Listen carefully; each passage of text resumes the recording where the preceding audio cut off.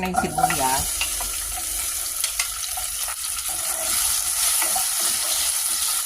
Gigisa natin ito. Lagyan natin yung kamatis saka sili.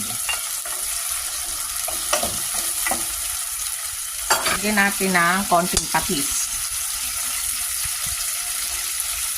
Gisa na rin natin yung usbong. Usbong ng sampalok. Lagay na rin natin yung mga gulay. Berry leaves ito. Saka talong.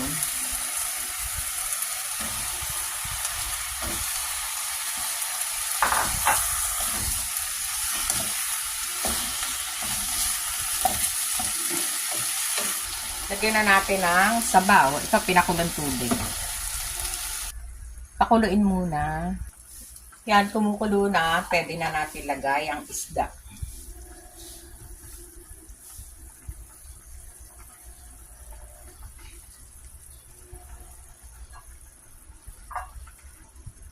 Takpan muna natin. Yan, luto na yung sinigang sa usbong na isda.